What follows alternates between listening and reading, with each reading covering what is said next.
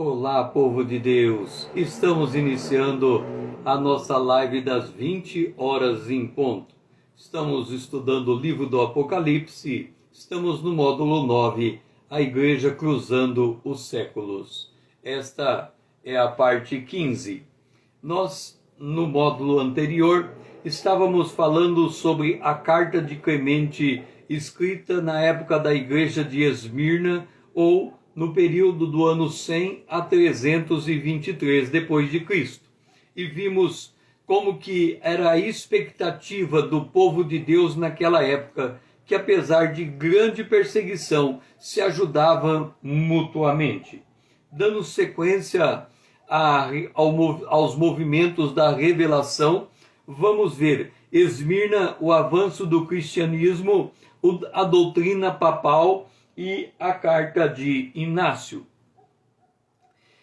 Os líderes da igreja primitiva se descuidaram da sã doutrina. Como é que nós sabemos disso? É que Jesus, comparando as parábolas, a segunda parábola, a parábola do joio e a parábola do trigo, Jesus disse, o inimigo fez isto. O inimigo introduziu o joio no meio do trigo enquanto os homens dormiam, propiciando condição para a entrada de lobos cruéis que não haveriam de poupar o rebanho, conforme Paulo havia anunciado em Atos, no capítulo 20, no versículo de número 29. Como que a gente entende o joio introduzido no meio do trigo? Em alguma das cartas desse período, germinou o joio. Como vamos entender isso? Note, Jesus e o Pai, eles eram um. Do mesmo modo que Jesus e a igreja é um. A igreja está submissa ao cabeça, que é Jesus. De forma que a igreja, ela está debaixo da autoridade de Jesus. Agora, na igreja primitiva, nós tínhamos também os líderes. Então, vamos entender o contexto da igreja para que nós podemos entender o germe do joio que entrou no meio do trigo. É preciso muito discernimento nesta hora para que nós possamos de fato entender a maneira como Jesus edifica a sua igreja. Observa o seguinte: quando Jesus ele se apresentou a João para entregar a revelação do Apocalipse, você se lembra que João ouviu uma grande voz por detrás dele, e ele se voltou para ver esta voz, para ver de quem era esta voz. Quando ele se voltou, ele viu 1, 2, 3, 4, 5, 6. Ele viu 7 candeeiros. Os candeeiros são 7 hastes cada candeeiro. São como lamparinas para iluminar o ambiente. A Bíblia diz que nós somos a luz do mundo. Quando Jesus ele se apresenta para João, a primeira coisa que João enxerga é a igreja. É muito importante observar isso. A primeira coisa que João enxerga é a igreja. O que ele enxerga depois da igreja? Depois da igreja, ele enxerga no meio da igreja o Filho do Homem. Ele enxerga no meio da igreja Jesus Cristo, que se revela para ele, cercado por 7 candeeiros. E a mão direita de Jesus, ele enxerga 1, 2, 3, 4, 5, 6, 7 igrejas a mão direita de Jesus. Vamos ver, direita, esquerda. Eu olhando aqui, está na minha direita, ok? Virado desse lado, está na minha esquerda. Depende da perspectiva de como você olha. Mas Jesus, ele tinha na mão direita o anjo da igreja. Quem são os anjos da igreja? Quem é esse conjunto que está à mão direita de Jesus? Estes são os líderes.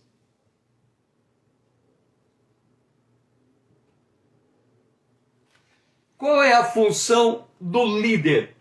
Conduzir o povo de Deus. Quando nós lemos 1 Pedro capítulo 5, Pedro falando acerca dos presbíteros, ele diz assim: não seja dominador sobre o povo de Deus. Não seja dominador sobre o povo de Deus. Por outro lado, quando Paulo fala do conjunto da liderança, apóstolos, profetas, evangelistas, pastores e mestres, ele diz que esse conjunto da liderança tem por objetivo aperfeiçoar os santos para a obra do ministério dos santos. Em outras palavras, quando Jesus constituiu a sua liderança, os líderes, quando ele constituiu os líderes sobre a igreja, ele colocou nesta liderança o espírito do serviço.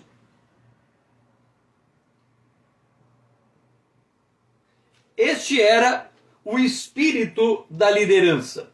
No entanto, quando nós olhamos para o joio e olhamos que o diabo tem por objetivo implantar o joio, nós sabemos que o diabo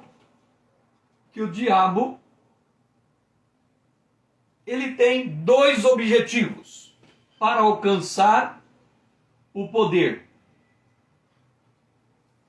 Ele quer alcançar o poder religioso e ele quer alcançar o poder político. Ou seja, ele quer alcançar o poder religioso e ele quer alcançar o poder político. Agora, note o seguinte: em que âmbito ele alcança o poder político? Ele se infiltra nos escalões do governo. Como é que ele se infiltra nos escalões do governo? A parábola de Mateus capítulo 13 diz: os filhos do maligno, aqueles que estão debaixo da influência do maligno e estão em conformidade com o quê? Entenda uma coisa, eles estão em conformidade com o curso deste mundo. É muito importante nós percebermos isso. Eles estão em conformidade com o curso desse mundo. Não há muito mistério aqui. O curso do mundo o mundo está indo para a morte. Ou seja, nós estamos falando do mundo natural. Quando nós vamos para a palavra de Deus, observando como é que o mundo natural funciona, ele diz que a sabedoria do mundo natural é, em primeiro lugar, humana. O que significa uma sabedoria humana? Uma sabedoria humana é aquela que não está apoiada na Bíblia, a palavra de Deus. Esta é a sabedoria humana. Ela é formada com raciocínios, com filosofias, com estilos de vida. Ela tem uma gama de construção que, por mais variado que seja esta construção, ela não leva em conta a vida eterna. Ela não leva em conta os valores divinos. Quais são os valores divinos? Eles são sintetizados nos 10 mandamentos. Então Deus entregou os 10 mandamentos ao homem. Ele entregou a Moisés. Mas e a geração antes de Moisés e os gentios, que são os povos não judeus? O apóstolo Paulo, em Romanos, diz que Deus colocou a lei dele no coração do homem, que testifica a consciência do homem, acusando o que é bom, o que é certo e o que é errado. Então, quando nós falamos do curso deste mundo, é um curso que quebra estas leis divinas. E o homem começa com a sabedoria humana para se converter em sabedoria animal. O que é uma sabedoria animal? Animal aqui não é uma... Não vamos colocar animal como vamos dizer... A ideia de animal aqui não é uma coisa bestial. Não é essa a ideia do animal besta. Não. É o animal do ponto de vista da criação. Deus criou animais racionais e animais irracionais. Então, quando diz que a sabedoria humana é primeiramente humana e depois ela se torna animal, significa que ela vai buscar a fonte da sua sabedoria na natureza. E quando ela busca a fonte da sabedoria na natureza, o que a natureza faz, ela vai fazer também. Então, por exemplo, se ela encontra na natureza um boi, e o boi, o touro, se ela encontra na natureza o touro, e o touro tem uma manada de vacas, e o touro procria com todas as vacas daquela manada, do ponto de vista natural, também o homem pode quebrar o vínculo do casamento e coabitar com quantas mulheres ele quiser. Isto é o ponto de vista natural. Dora, seja bem-vinda. Então nós temos a sabedoria humana, ela busca no raciocínio humano a construção do seu estilo de vida. Depois ela tem uma construção animal, porque ela vai buscar nas leis da natureza o apoio para esta sabedoria humana. E a Bíblia diz que quando ela caminha nesse curso, ao final ela encontra uma sabedoria diabólica. Por quê? Porque o diabo está esperando o homem cair para o humano, cair para o animal, para desembocar no diabólico. É quando você entra com a depravação, quando você entra com a corrupção, quando você entra com o estado de guerra. Por quê? Se você olhar os grandes impérios, como você tem o Império da Babilônia, o Império Medo-Persa, o Império Grego e o Império Romano, eles caem quando eles atingem o auge da corrupção, quando eles atingem o auge da sabedoria animal, humana e animal. E aí ela se torna diabólica, e aí rui o império. E levanta um outro império que dá valor, cuja regra de valor são os princípios morais. E aí o império entra com senso de justiça. E aí ele sobe até ele se perder, se corromper e a história seguir o seu curso. Isso é. Ora, o diabo sabe disso. Então o que ele faz? Se ele quer influenciar a política, ele vai construir um caminho no meio político para chegar à condição da sabedoria política se tornar humana, depois animal e depois diabólica. Do mesmo modo, ele vai se infiltrar na igreja. Por quê? Porque se nós temos a igreja e o objetivo do diabo é conseguir se assemelhar a Deus, e se para Deus é importante constituir uma igreja na terra, então nós vamos ter aqui a igreja cristã, por óbvio, a igreja de Cristo e a igreja iníqua. Por quê? Porque o diabo, ele vai imitar a Cristo. Nós vamos ter a igreja cristã e a igreja iníqua, porque a igreja iníqua atende os objetivos de Satanás. Como é que ele vai se infiltrar na igreja cristã? Ele vai se infiltrar na igreja cristã por meio da liderança cristã. Porque cego conduz cego. Se ele cegar a liderança cristã, ele vai automaticamente cegar o rebanho debaixo dessa liderança. É por isso que, quando Paulo escreve a carta aos Efésios, ele diz: desperta você que dorme, levanta-te de entre os mortos e Cristo vai te esclarecer. Por quê? Por que a igreja está dormindo? Porque ela tem uma liderança que está cega no entendimento dos valores de Deus, dos valores divinos. Aí você vai dizer: César, mas a liderança não prega a Bíblia? Prega. Então como que ela chega nesse estado de coisa? Nós devemos, em primeiro lugar, lembrar que o diabo conhece a Bíblia. Quando ele foi tentar Jesus, ele cita a Bíblia como base para tentar Jesus. E Jesus cita a Bíblia para desfazer a tentação. Então o diabo conhece a Bíblia, ainda que de forma distorcida.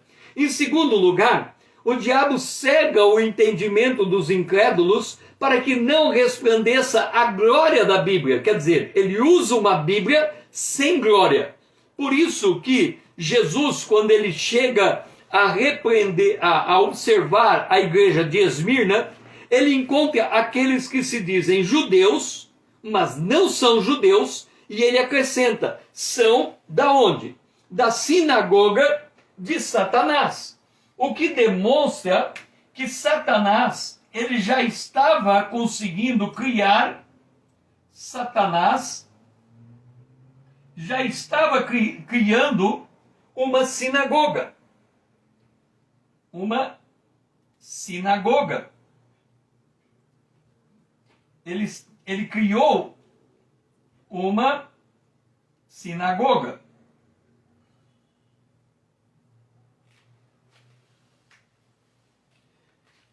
Ele estava induzindo o povo ao erro. E aí como que isso acontece? Aonde estava o embrião? A sinagoga de Satanás é uma referência velada às falsas doutrinas inseridas na igreja primitiva, ou na igreja desse período, do ano 100 ao ano 323. Vamos lá. Abra a sua Bíblia em Apocalipse, no capítulo 2, e diz assim: e a blasfêmia do que a si mesmo se declara judeus e não são, sendo estes sinagoga de Satanás. Olha só, você sabe aquele áudio ou aquele filme que você quer assistir, mas alguém chega para você e avisa assim: olha, se você vai assistir esse filme, tira as crianças da sala. O que nós estamos dizendo? Aquele filme que vai ser transmitido tem cenas que não é para o público inocente. Então, tem certas coisas que o público inocente não pode assistir em determinados filmes. Agora, olha só, eu estou dizendo assim: tire as crianças da sala, porque eu vou falar da igreja, que tem no seio dela o corpo de Cristo.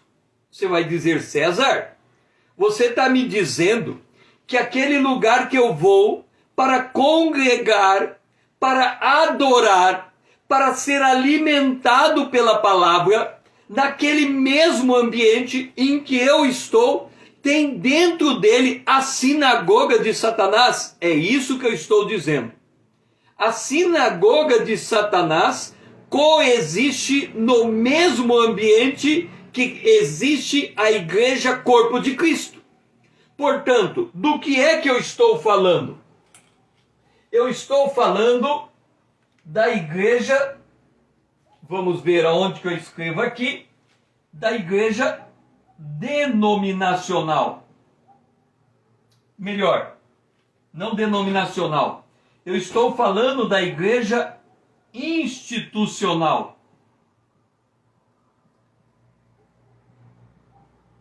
O que é uma igreja institucional?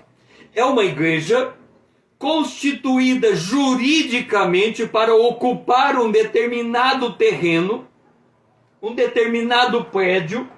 Ela é constituída juridicamente. Essa igreja institucional, ela tem um rol de membros.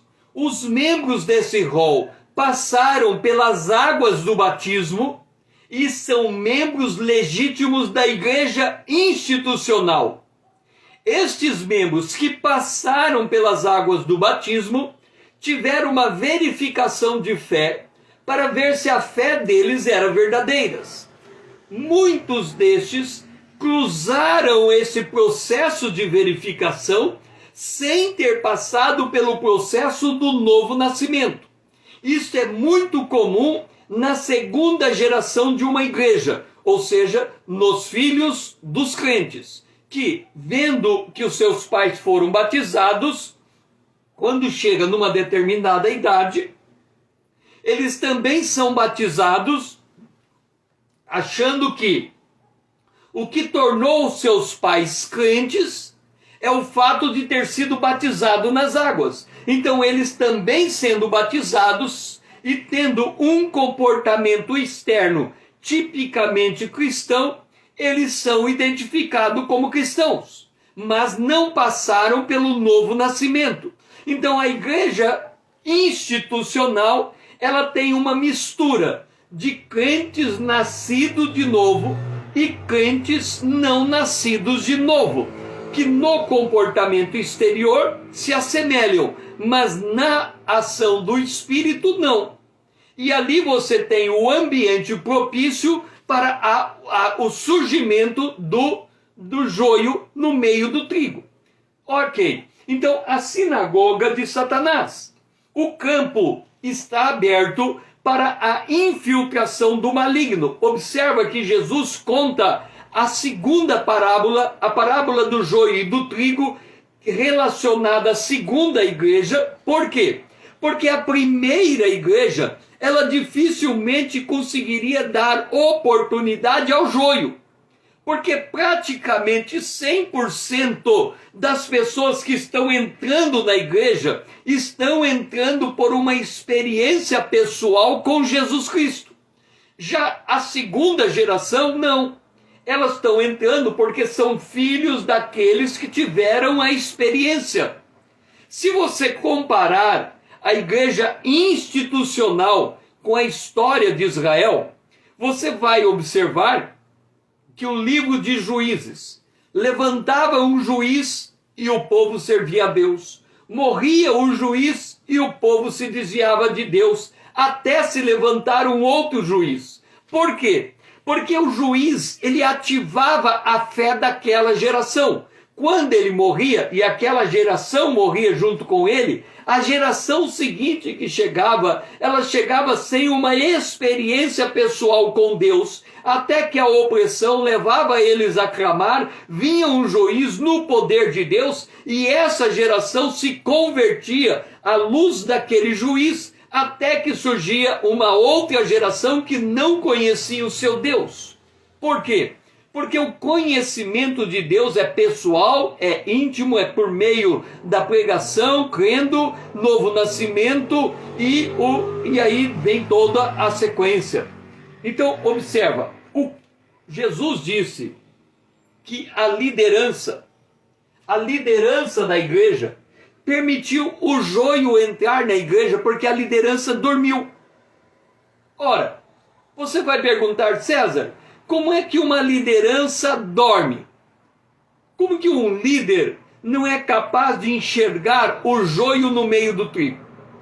Primeiro lugar, eu quero que você note isso. Se você não entender isso, você não entende a questão do joio e a questão do trigo.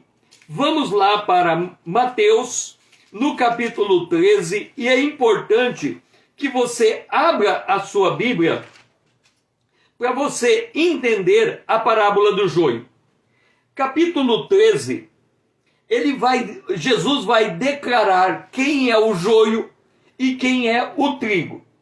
Quando a gente pensa no joio no meio do trigo, a gente pensa primeiro numa falsa doutrina no seio da igreja.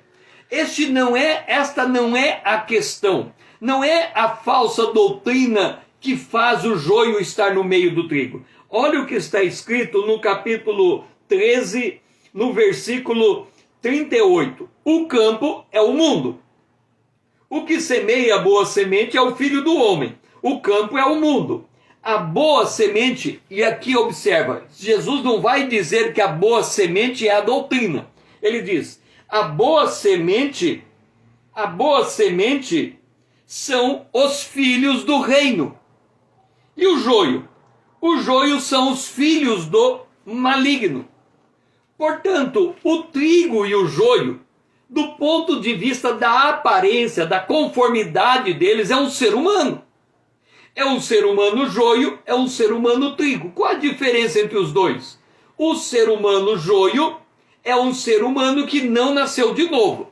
O ser humano trigo é um ser humano que nasceu de novo. Agora, observe um detalhe. Nem todo o que não nasceu de novo é joio. Porque não nasceu de novo é um homem natural. O homem natural que não nasceu de novo e se tornou joio é aquele que recebe a influência do maligno. No âmbito da igreja, como é que o joio vai receber a influência do maligno? Entenda como funciona a cena. Imagina o joio sentado na igreja. Ele está sentado no banco, o trigo e o joio sentado do lado, porque são dois seres humanos. O pastor está pregando.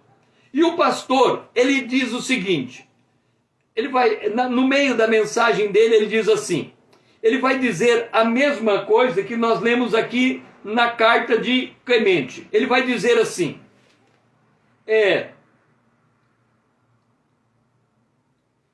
o rico preste serviço ao pobre, ok? Isso ele vai dizer, o rico preste serviço ao pobre, ok? O rico que está ali na igreja, quer ele seja joio, quer seja ele trigo, ouve o que o pastor diz e vão se levantar para atender a ordem do pastor ou a sugestão do pastor. Então eles vão em busca de um pobre, o joio e o trigo, e vão prestar um serviço ao pobre. Depois eles vão voltar e contar o testemunho. E aí, quando eles contam o testemunho, os dois contam o mesmo testemunho. Havia um pobre que era passando necessidade, nós fomos até ele, atendemos a sua necessidade, e aquilo levantou aquele pobre, porque ele estava muito desmotivado, e hoje ele está sentado aqui no banco da igreja junto comigo. Aí você vai e pergunta para esse pobre que foi atendido pelo rico, atendendo ao que o pastor diz, este pobre ouve também a palavra de Deus. E você vai ter dois pobres. Um pobre que se converteu e nasceu de novo, e o outro pobre que não se converteu e não nasceu de novo. Acontece que os quatro podem se tornar membro da igreja, porque os quatro passam pelas águas do batismo e preenchem os requisitos. Então nós temos dois ricos, um ímpio e um salvo. Dois pobres, um salvo e um perdido. Ok, o que vai acontecer? Como todos os quatro são membros da igreja, os quatro podem assumir cargos na igreja, assumir a posição da liderança na igreja. Só que o homem natural não compreende as coisas de Deus. E aí, quando o homem natural não compreende as coisas de Deus, o rico não um inconvertido, mas ocupando a liderança, ele está ministrando a palavra de Deus e, dependendo da eloquência dele, ele é capaz, inclusive, de convencer o cristão nascido de novo, debaixo dessa liderança, de que o que ele está falando é da palavra de Deus. E agora, o joio que está na forma de um homem se transforma também na forma de uma doutrina que vai permear a igreja. Ora, se o homem cristão, quer ele fosse o rico, quer ele fosse o pobre, nascido de novo, tivesse na plenitude do seu discernimento espiritual, ele perceberia a falsa doutrina entrando na igreja. Mas ele não vai perceber. Por quê? O homem dormiu enquanto o inimigo introduzia o joio no meio do trigo. Este é o fato. Isso é humano. Mas como é que o homem dorme? A Bíblia diz que Satanás, ele caiu porque ele se orgulhou. Esse homem que está na posição de liderança, seja ele novo nascido ou não nascido de novo, esse que está na posição de liderança, ele começa a se comportar não como um homem espiritual. Ele começa a se comportar como um homem natural. Um homem natural que tem liderança, como tem liderança no mundo natural, como tem liderança no corpo, dentro de uma empresa.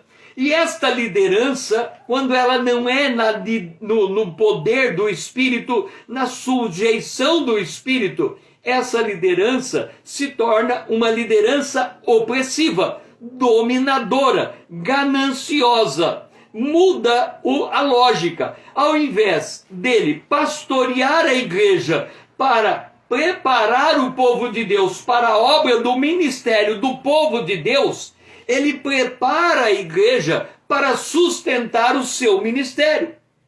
Então há uma inversão de valores. E é nesta inversão de valores que a liderança entra em profundo sono. Por quê? Ela muda a lógica do governo da igreja. O governo da igreja, ele tem a liderança da igreja debaixo da mão direita de Jesus. E Jesus administra, por meio dessa liderança, a edificação do corpo de Cristo. Mas como esta liderança não está debaixo do domínio de Jesus, ela está dormindo. Ela ministra mandamentos de homens aprendidos de cor, e Isaías 29 diz que quando mandamentos de homens aprendidos de cor é ministrado no seio da igreja, a igreja se colocada a dormir. Deus envia um espírito de profundo sono sobre a igreja, e a igreja perde o discernimento das coisas espirituais. E aí nós temos o quê? A doutrina da autoridade papal, desenvolvida a partir do século III, sendo considerado título exclusivo dado ao bispo de Roma, Papa, considerado autoridade máxima da Igreja Apostólica Romana. E lá no século VII, Gregório, em 1073, ele torna a autoridade papal suprema sobre a igreja. Mas aonde nasceu a autoridade papal para chegar lá no século VII, no ano de 1073, pelo Papa Gregório VII, no ano de 1073. Como é que no ano 1000, ou seja, 1000 anos depois de Jesus, surge a definição da autoridade papal? O embrião estava na igreja de Esmirna, na liderança. Nessa doutrina, o governo está assentado em Mateus 16, 18, a doutrina da autoridade papal. Qual era a doutrina da autoridade papal? A doutrina iniciava quando Jesus disse: "Tu és Pedro, e sobre esta pedra eu edificarei a minha igreja." O que a autoridade, essa doutrina diz? Essa doutrina diz que desde a igreja de Roma, desde a igreja de Roma, Pedro se tornou o primeiro apóstolo e desde então essa autoridade foi passando de geração em geração até o ano de 1078, de 1078, ela se tornar uma doutrina dominante na igreja cristã. Na igreja cristã institucionalizada, entenda bem. Então, o embrião, ele começa a partir do 2º século, quando a liderança cristã não atenta, seja para a instrução de 1 Pedro, capítulo 5, verso 1 em diante, não ser dominador sobre o rebanho de Deus, ou a doutrina em Paulo, Efésios, capítulo 4, quando o conjunto da liderança visa preparar o corpo de Deus para o seu ministério, a igreja abre caminho para a autoridade papal. Para a autoridade papal. Em Mateus 16, 18, Jesus disse: Tu és Pedro, e sobre esta pedra eu edificarei a minha igreja. As portas do inferno não prevalecerão contra ela. Como que se tira dessa doutrina, desse texto, a doutrina papal? Se a gente não enxergar o contexto, o que Jesus disse: você é Pedro. Pedro, o nome dele é traduzido também por pedra. Sobre esta pedra, quer dizer, sobre o teu nome, eu vou edificar a minha igreja. Acontece que quando você dá um passo atrás e olha o contexto, Pedro havia dito acerca de Jesus: tu és o Cristo, o Filho do Deus vivo. E Jesus disse: graças ao Pai você teve esta revelação, Pedro. Foi o Pai que te deu esta revelação. Você entendeu pela revelação de Deus. Sobre esta pedra, quer dizer, sobre a tua confissão, edificarei a minha igreja. Portanto, a confissão, quem crer e for batizado, Paulo escreveu que a gente crê, ouve a palavra, crê com o coração, confessa com a boca. Quem confessar com a boca será salvo. Sobre esta confissão, Jesus edifica a sua igreja.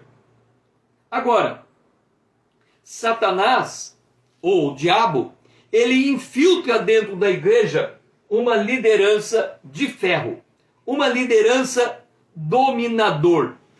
Eu creio que você já deve ter experimentado esse tipo de liderança no tempo que você tem congregado e passado por inúmeros pastores. Existe aquele pastor que tem o coração de Deus, que ele não trabalha baseado nesse estilo de liderança férrea dentro da igreja, mas também tem aquele pastor que até o respirar é controlado por ele. Então a igreja, ela é doutrinada num determinado estilo que favorece esse nível de liderança. Por exemplo, quando você vai num culto, o culto ele tem uma série de regras que tem que ser cumprida no ato do culto. Quais são essas regras? Você tem que entrar, sentar silenciosamente, em espírito, para cair no ambiente de culto. E aí, quando começa o culto, você é orientado a sentar, a levantar, a cantar, a sentar, a ouvir, a não se movimentar. Observa que todos os cultos há uma série de injunções que lhe obrigam a formatar um comportamento. Então, quando você vai num ambiente de culto, todo mundo senta junto, todo mundo levanta junto, todo mundo canta junto, todo mundo levanta a mão junto, todo mundo bate a palma junto, todo mundo dá glória junto. Por quê? Porque há uma formatação de um comportamento que aparentemente tem uma natureza espiritual, porque está preparando o indivíduo para a palavra de Deus, mas por outro lado, e aí está o sono, ele também é uma preparação para o indivíduo só fazer aquilo que lhe é ordenado a fazer. E se num dado momento, se todo mundo senta, você levanta, ou se todo mundo levanta e você senta, você é repreendido, porque você não está no comportamento de todo mundo. Então ali vem essa raiz da doutrina papal, esse domínio do púlpito sobre o comportamento do membro. E aí você vai perdendo o senso da diversidade. Você vai formatando pessoas a um comportamento estereotipado que é fácil de ser produzido porque não depende de uma ação do espírito dentro do indivíduo. E isso vai passando de geração em geração. É por isso que a igreja cristã, quando o arrebatamento tirar os verdadeiros cristãos da terra, ela vai se tornar uma igreja iníqua quase que na sua totalidade. Esta é a preparação para o reino, esta é a preparação quando João diz que o espírito do anticristo já opera na igreja. Vamos pegar a carta de Inácio, porque quando nós olhamos a primeira carta, a carta de Clemente, ela era fortemente direcionada ao membro da igreja, da maneira como ele tinha que ser um cristão cheio do Espírito Santo e que olhasse e cuidasse um dos outros. E lembra que quando Clemente ele escreve a igreja transitória. Agora, Inácio ele vem e diz assim, a igreja digna de bem-aventurança que vive em Éfeso. Observa que a visão de Inácio, ainda que seja bíblica, porque a igreja é digna de bem-aventurança, mas ele está olhando para a igreja nesse mundo como uma igreja que veio para ficar. Enquanto que Clemente olhava a igreja como uma igreja transitória, prestes a sair, aqui a igreja já é uma igreja digna de bem-aventurança. Quer dizer, é uma igreja que está naquele lugar para permanecer ali, porque ela é digna de ocupar aquela posição. E aí ele diz, tomei conhecimento em Deus do vosso nome tão apreciado, que granjeaste por uma apresentação correta, baseada na fé e caridade em Jesus Cristo, nosso Salvador. Observa que agora você já tem mais uma carta apologética. Por quê? É certo que Jesus disse, nós temos que ser luz do mundo, sal da terra e luz do mundo. E quando você olha aqui, você vai observar que o comportamento diz respeito a esta verdade. Apresentação, granjeaste por uma apresentação correta baseada na fé. Olha a palavra correta aqui. Olha o comportamento estereotipado. Observa que a liderança começa a enxergar um comportamento estereotipado e ela começa a dar ênfase ao indivíduo naquilo que ele é para fora e não naquilo que é produzido por dentro. E aí ele diz assim, olha só, carta de Inácio. Bendito aquele que vos fez a graça, já que vos mostrastes dignos. Presta atenção, eu quero chamar você, porque nós temos uma dificuldade muito grande hoje para ler o que está escrito. As pessoas não leem mais o que está escrito. Deixe-me dizer uma coisa. Se eu pegar João, olha, eu vou pegar a Bíblia, a minha Bíblia, e vou ler João capítulo 1, versículo 29. É um texto bem conhecido, então presta bem atenção no que eu vou fazer.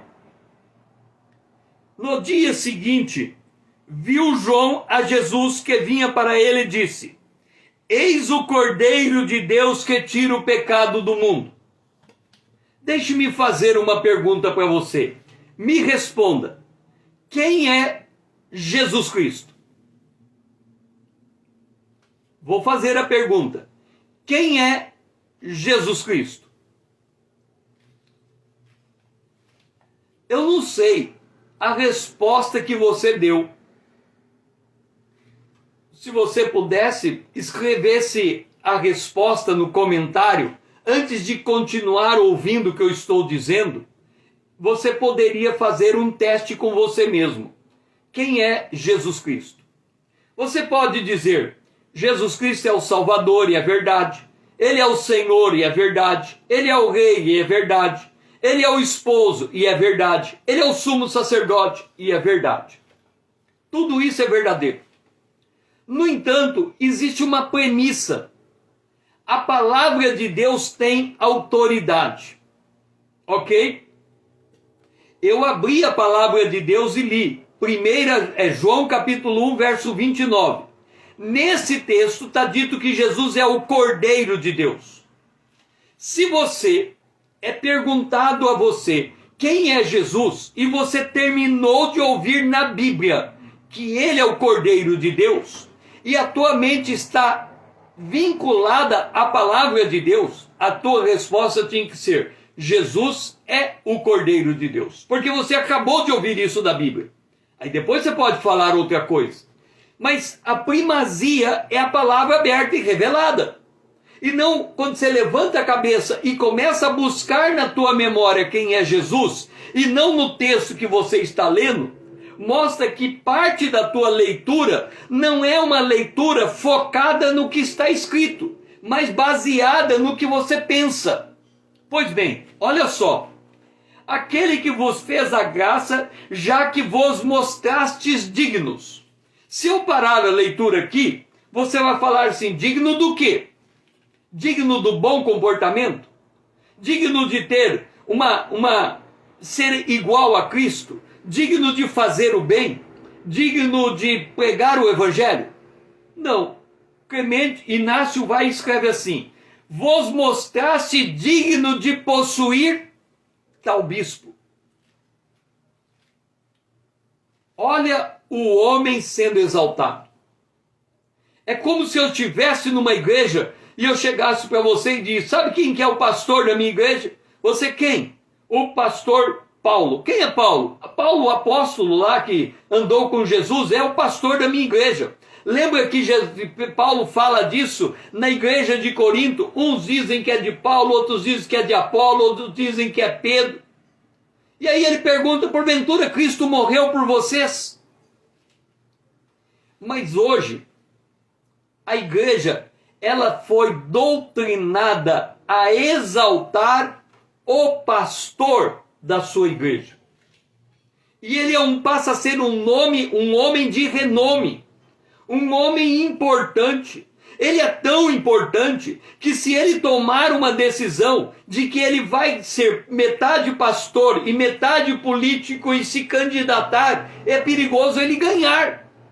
Por quê? Ele carreou para si a liderança daquela congregação, ao ponto de ele poder escolher quem ele quer ser e ele ser bem sucedido na sua escolha. Observa uma inversão de valores. Porque quando os discípulos brigavam entre eles quem seria o maior, Jesus puxou uma criança para dar exemplo de humildade. Diminua, calma aí. Quem lidera a igreja é Jesus Cristo. Ele está no meio dos candeeiros com os pastores debaixo do braço. Então, olha, vós vos mostraste digno de possuir tal bispo. Não se iluda ninguém. Se não se encontrar no interior do recinto do altar, ver-se-á privado do pão de Deus. Olha só. O ambiente de culto agora é exaltado. Se você não participar da ceia dentro deste lugar, você está privado de alguma coisa. Ora, o pastor, ele está no púlpito e ele tem uma igreja diante dele congregando. E o que começa a acontecer? Os elementos que estão presentes no meio do culto são exaltados no nível de importância que a vida com Deus só é obtida mediante aqueles elementos presentes. Vede, se a oração de um ou dois possui tal força, quanto mais, então, a oração do bispo e de toda a igreja. Aqui começa a surgir a doutrina, ora por nós. Começa a surgir a doutrina que, para eu ser curado de uma enfermidade, eu tenho que ir até o lugar de culto. Quando lemos a palavra, diz: se você está enfermo, chame o presbítero da igreja na tua casa. Mas aí vão dizer: não, mas é muita gente doente, não tem presbítero para todo mundo. Então vamos levar o doente para a igreja. Então a igreja, local físico, a igreja, o prédio, ela começa a ganhar uma importância vital para a fé. Aquele que não vem à reunião comum já se revela como orgulhoso e se julga a si próprio, pois está escrito: Deus se opõe ao orgulhoso.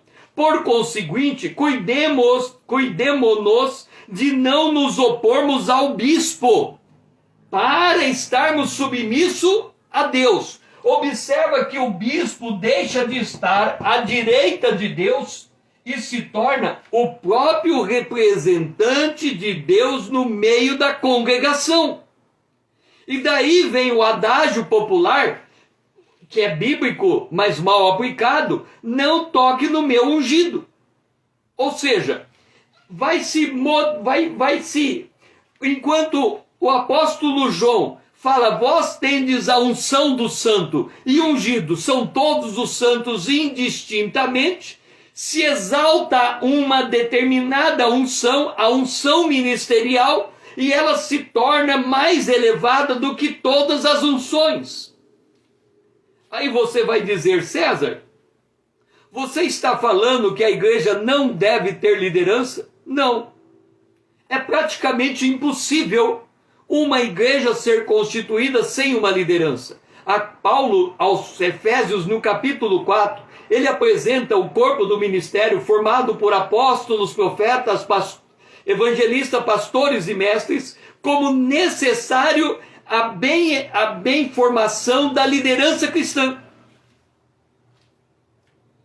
Na minha experiência particular, já passei por muitos pastores, eu já encontrei tantos os pastores que regem a sua igreja com mão de ferro e pastores que têm o coração no sentido de se colocar a serviço a favor da igreja, de fazer com que a pessoa consiga crescer debaixo do seu pastorado. Qual a diferença? O primeiro pastor, em geral, ele traz a igreja para ser administrada a partir do púlpito. Então ele tem que dar um recado. Ele dá o recado no púlpito. Ele domina a igreja a partir do que ele diz no púlpito. O outro pastor, o pastor pastoral, ele vai na casa do membro. Ele conhece o membro de casa, de visita. Aí você vai dizer: mas César, um pastor não tem condição de visitar todos os membros da igreja. Aí vem a ideia da estrutura da igreja em formato de célula. Porque assim você vai reduzindo os níveis de autoridade, dando condição para aqueles que estão na base conheçam mutuamente uns aos outros, e a liderança ela é formada no sentido de apontar para baixo aqueles que estão na base, para que estes de fato pastoreiem a igreja olhando olho no olho. Então observa, o que eu quero mostrar aqui não é que a liderança está posicionada errada. O que eu quero dizer é que o joio está no meio do trigo. Quer dizer, a doutrina do joio e a doutrina do trigo é muito similar. O mesmo comportamento, ele pode ter dúbio sentido. O mesmo comportamento, ele pode ser pastoral ou ele pode ser dominador. Quem fala a mesma coisa, mas a maneira e a intenção do que fala é diferente. Por isso que a Bíblia diz: enganoso é o coração do homem, Tiago vai dizer assim: da mesma fonte não pode sair a água doce e a água amarga. Qual é a diferença então? Observa, se você olhar o livro de Reis, o livro de Samuel, você vai encontrar o rei Saul e o rei Davi. Se você observar o comportamento de Saul e o comportamento de Davi, ambos são comportamento digno de reis. Eles vão à guerra, eles governam a nação, eles submetem os povos a ele.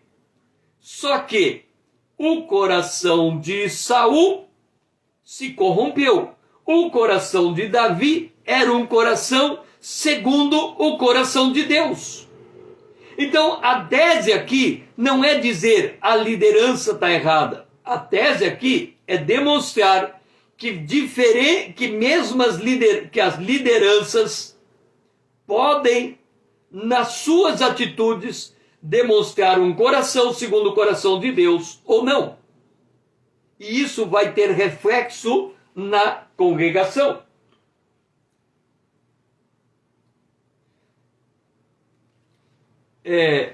Inácio diz: quem pratica alguma coisa sem o bispo, o presbítero e o diácono não é puro na sua consciência. Passar bem em Jesus Cristo, sujeitando-vos aos bispos, como ao mandamento do Senhor e também ao presbitério, para obedecermos ao bispo e ao presbítero, numa concórdia indivisível, partindo o mesmo pão, que é o remédio da imortalidade, antídoto contra a morte, mas vida em Jesus Cristo para sempre. Assim como o Senhor nada fez sem o Pai, assim também, ainda que estivesse unido a ele, nem por si mesmo e nem pelos apóstolos, também vós não deveis fazer nada sem os bispos e os presbíteros. Sejais submissos aos bispos e uns aos outros, como Jesus Cristo é ao Pai, segundo a carne, e os apóstolos com Cristo, o Pai e o Espírito Santo. Então, observa que toda a construção da mensagem de Inácio, ela exalta a posição da liderança. E hoje nós temos isso acontecendo tanto no meio católico, que é uma doutrina, a doutrina papal, como no meio evangélico, que já encontramos miniaturas papais. Quando nós olhamos certas igrejas, elas têm um líder, muitas dessas igrejas neopentecostais. Por quê? Quando você pega uma igreja denominacional, a igreja denominacional tem uma estrutura de governo que procura se proteger contra esse tipo de liderança férrea do homem sobre a igreja. Nas igrejas neopentecostais, o vértice da autoridade é um homem. E aquilo que ele crê é o que a igreja inteira tem que crer. E a teologia daquela igreja será do tamanho do líder maior da igreja. Se ele não aceitar determinado ponto da teologia, nenhum dos subordinados a ele poderá pregar coisa diferente dele. Numa igreja denominacional, tem um conjunto grande de doutrinas que foram estabelecidas por meio de concílios. Lá nos 1800, 1700, lá nos anos antigos.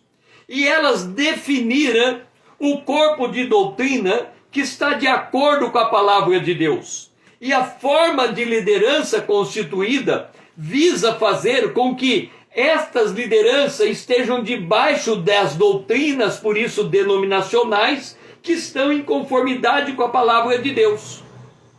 Mas, à medida que o tempo vai avançando, mesmo nas igrejas denominacionais, o homem espiritual acaba dormindo e estas estruturas de poderes se submetem a certos tipos de manipulação, e aí homens que comandam essas estruturas não dão mais valor à doutrina da igreja em si, e eles definem o que eles querem para as suas igrejas. É assim que a gente vai caminhando para a igreja de Laodiceia, que coloca Jesus do lado de fora. Então, é muito importante nós estarmos atentos o que é o significado do joio no meio do trigo. Como é que ele nasce e ele vai se formando ao longo dos anos. É o domínio do homem sobre os negócios de Deus. É a doutrina dos nicolaítas. O homem achando meio de introduzir o seu controle a partir da sua perspectiva natural sobre os desígnios divinos revelados na palavra de Deus. Foi muito bom ter você comigo nesta live. Na próxima, nós continuaremos ministrando amanhã, se Deus nos permitir, às 20 horas em ponto. Nós estamos na carta de Esmirna e vamos avançando até completar esse período da história. Ainda há coisa para vermos. E eu convido a você estar junto comigo. Dora, muito bom ter você aqui.